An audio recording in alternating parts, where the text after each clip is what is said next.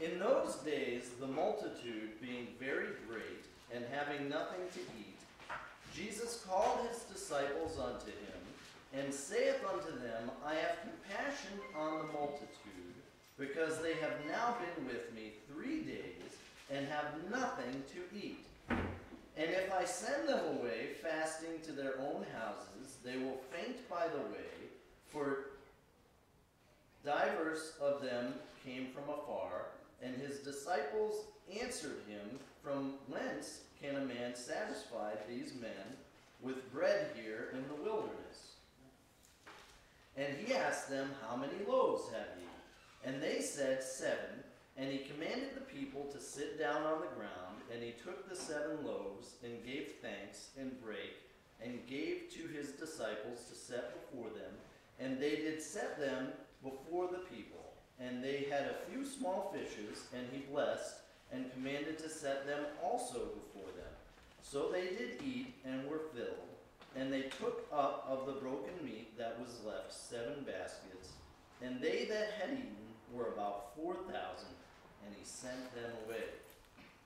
When I read this passage, I'm always focused on the fact that Jesus has done this massive miracle, feeding 4,000 people with these few loaves and fishes, and it kind of, the passage focuses on this and how the fish and the bread was distributed and how Jesus did this miracle. But the lesson plan points out the fact that people came to hear him. 4,000 people came to hear him, and they stayed for 3 days until they were at the point that they were about to pass out. There were people, according to Jesus, that if they were to say, all right, lesson over, we're taking off, on their way home would have passed out from hunger, not having enough food to eat over those days. These people wanted desperately to hear what God had to say. So the question is, what made Jesus such a great teacher that people had to hear what he had to say to the point of possibly harming their own health, to the point they were fatigued and hungry? I mean, I think any one of us, if Pastor went until like 4 o'clock preaching, we would probably have left, but these people didn't care for 3 days straight. They might have brought some food that first day. Let's pack a lunch. We'll go see Jesus. Jesus is teaching over here. Let's go. But these people were ready to pass out, and they wanted to hear so bad, they would have stayed, as long as Jesus was preaching or teaching. So we're going to look today at how Jesus taught, what made him such a great teacher. And as we go through some examples of the way Jesus taught, I want you to be thinking also about some lessons Jesus that stick out in your mind about either the way Jesus taught or maybe a particular lesson that Jesus taught in the Bible. Try to think of an example that sticks out in your mind that particularly impacted you, and then maybe we'll all get to share a little bit. Because the lesson highlights some characteristics and some examples, which we'll get into, but it'd be nice to hear what stands out in your mind about Jesus' teaching. You can share that as well. So, the first quality we're going to look at in Jesus' teaching is how he liked to use sharp contrasts and strong language, strong statements while teaching. Let's look at John 8:23. John 8:23.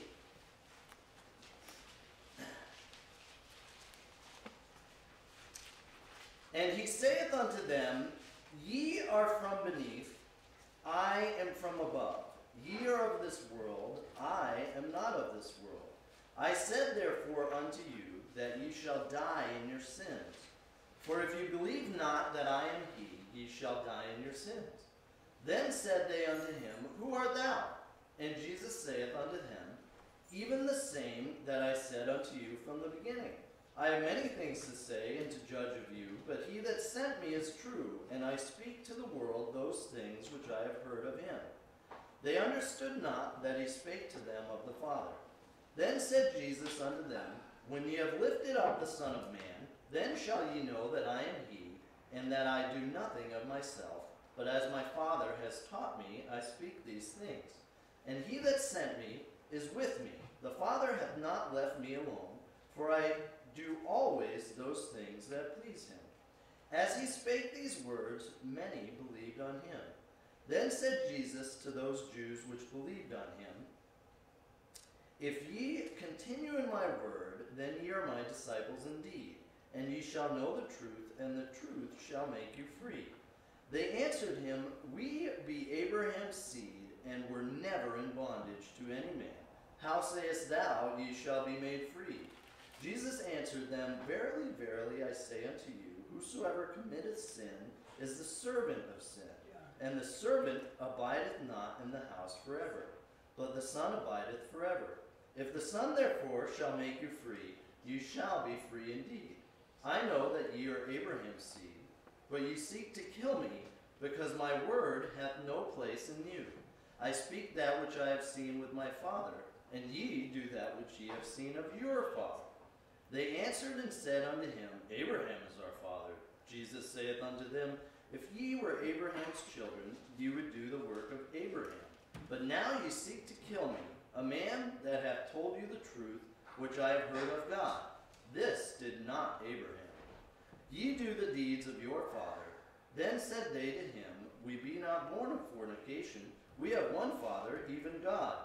Jesus said unto them, If God were your Father, ye would love me, for I proceeded forth and came from God.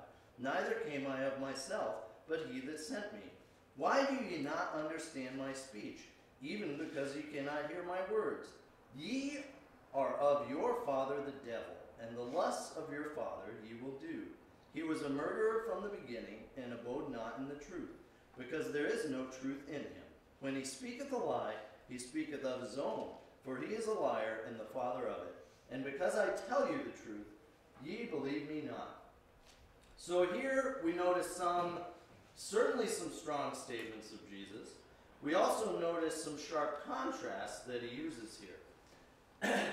Jesus says this to these Pharisees, who everyone understood to keep the law rigidly.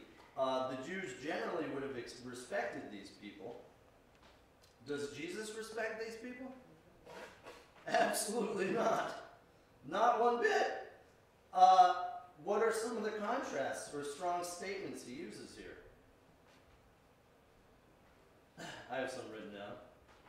There's some like, I am, if you were really Abraham's children, you would behave like Abraham. That's pretty strong. Or, Absolutely. I am the truth, you're not the truth. Do you think these Jews thought it was important that they were related to Abraham? Absolutely. Absolutely, just like Jews today.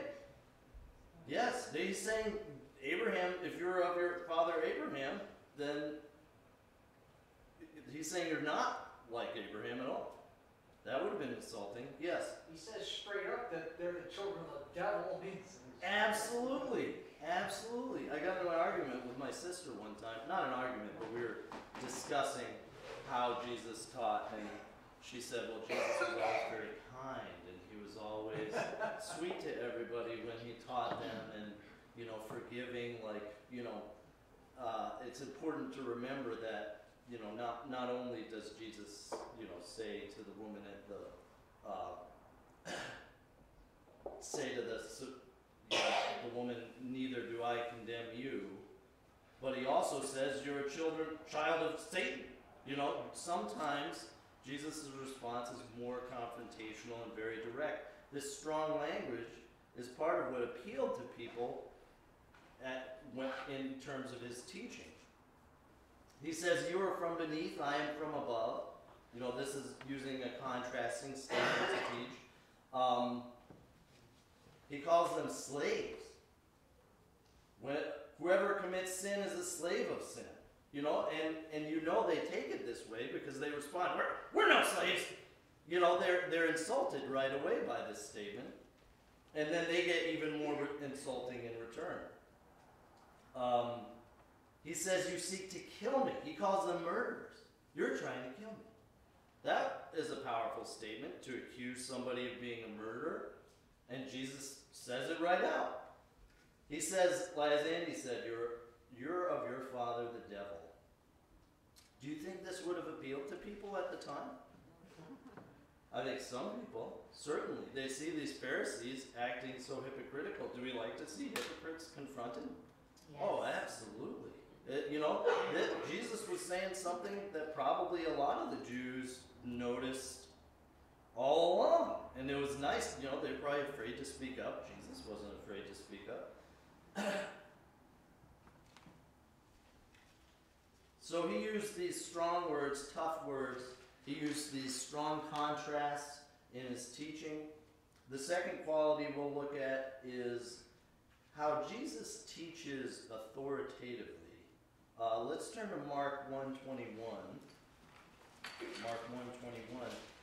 And they went unto Capernaum, and straightway on the Sabbath day he entered into the synagogue and taught.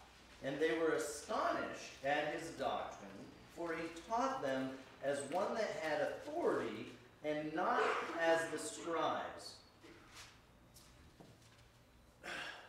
Usually, when you have all the time, we have Bible teachers, yes. I thought the scribes had authority. So the scribes had a degree of authority. I have a degree of authority here. I teach. Where does my authority come from? From the Bible. Same for the scribes. The scribes were a little bit different because they also were bound by a lot of traditions. So it wasn't just that they had scriptures. They had some scriptures, but they also were really bound by what the other scribes said. In a way, I'm the same way. If I'm teaching something, I'll check it with Walbert and Zuck, or I'll, ask Pastor what he thinks about something if it's tricky. And the same goes for all of your teachers, really. We teach what the Bible said. And the scribes would have followed their traditions and they would have taught the text. But what's the authority? The authority is the text, or in the scribe's case, the text plus, tradition. But Jesus is teaching as the authority. Jesus teaches with direct authority from God. And we're going to look at an example in a minute. It's like, the way that I looked at it is like, it's kind of like using a cookbook. So you can follow a lesson with a cookbook. You can follow a recipe, and I can make a recipe that I think is good, but you might be wondering to yourself, well, this is good, what I made. I followed the instructions exactly, but is this what Martha Stewart would have made? Does this taste the same way? As you're teaching, if you've ever taught, a Bible lesson, you might say to yourself, okay, well, I'm teaching a lesson on, any biblical topic, marriage, say, for example. And you'd say, okay, you'd find some, other studies that talk about marriage, but you might afterwards wonder to yourself, I wonder if there were other verses I should have brought in, or examples, or, is this how Jesus would have taught this? Jesus doesn't do this. It's coming right from the authority when he teaches. Let's look at this quality in his Sermon on the Mount in Matthew 5:21. Matthew.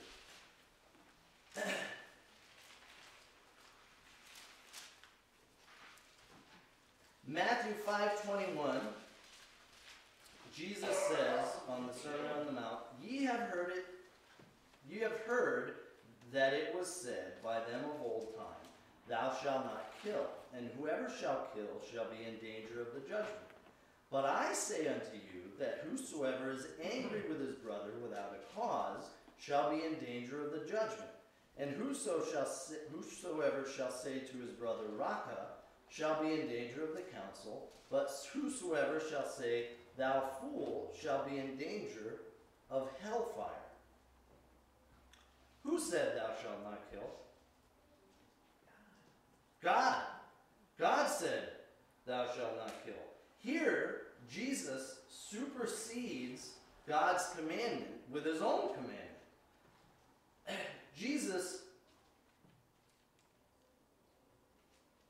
is the Word. And so if he wants to clarify God's intent by expanding his command, he has the authority to do this. Who else has the authority to do this? Nobody. The scribes can't do this. The scribes can't read this command and say, you know what, it'd be better if people didn't only not kill each other, but didn't, treat each other in anger. The scribe can't do that, but Jesus can do this because he is God. He has that authority, and we see that him in this example here, superseding even the scriptures themselves with his own commandment.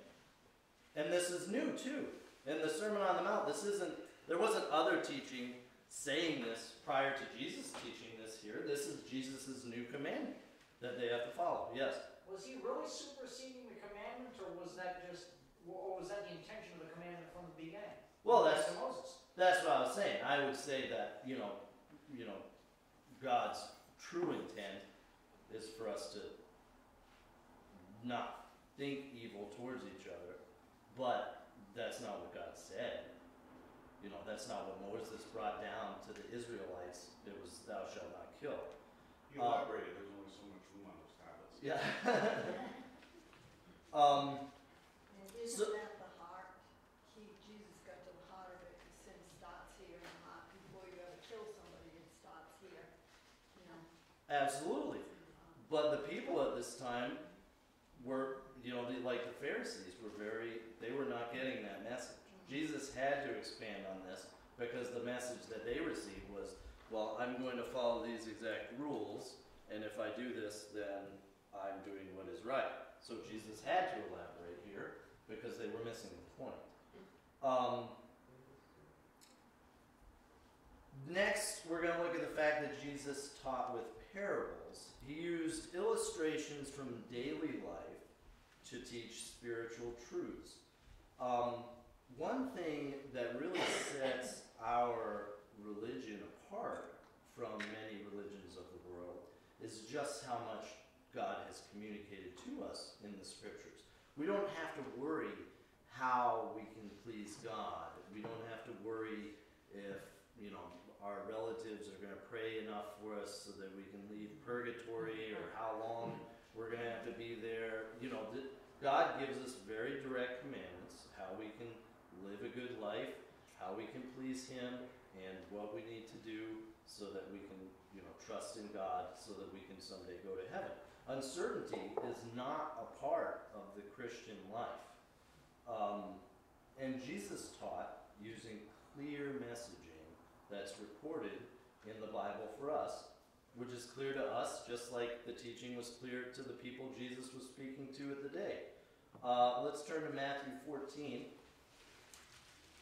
Matthew 5:14. And look at one of Jesus' parables. Ye are the light of the world. A city that is set on a hill cannot be hid. Neither do men light a candle and put it under a bushel, but on a candlestick, and it giveth light unto all that are in the house. Let your light so shine before men, that they may see your good works, and glorify your Father which is in heaven. Here Jesus is teaching people at the Sermon on the Mount how to be good Christians. And he describes how the Christian should live. So as he's going through the Beatitudes, he's describing how Christians should live. And then he compares this Christian walk to being light and being salt. These are things that everyone of the time would have used every day, and these are things that we use every day. At the time, much of their food was preserved with salt, so they would be able to see directly that effect. They probably had to preserve their own food. Today our food just has salt built into it, or we have other preservatives that preserve it. No one's preserving their own food unless you're a hunter. But at the time, they would have had to preserve different foods. They would have seen directly the effect of, a food that's been cured with salt and food that's not, and how it would go bad. And they would also see the way, just like us today, we can see the way light is necessary for our life and how it illuminates things. So these are examples from every day that help them to understand how a Christian is supposed to live, to be that impact on the world around us, that's preserving, that's, illuminating, shining. We're being like God, like Jesus' example and how he wants us to be to other people. Light has an impact. The salt has an impact. That's how we're supposed to live. And he elaborates about not hiding it under a bushel. This is something that everyone understands. Of course, you wouldn't light a lamp and then just cover it up. You wouldn't take a flashlight to see and then just block the end of it. And so the people see, as they're being taught by Jesus, oh, this is how we're supposed to be. We're supposed to be this impact. We're not just supposed to take this and learn it and then hide it away like a monk, putting themselves away. We're supposed to be light to the world. And it's a very easy concept. Anyone, these people probably couldn't even read, many of them, but they can understand this concept of being that impact and living that way in the world. Let's look at Jesus' use of imagery in his teaching. Matthew 23, 25 through 28.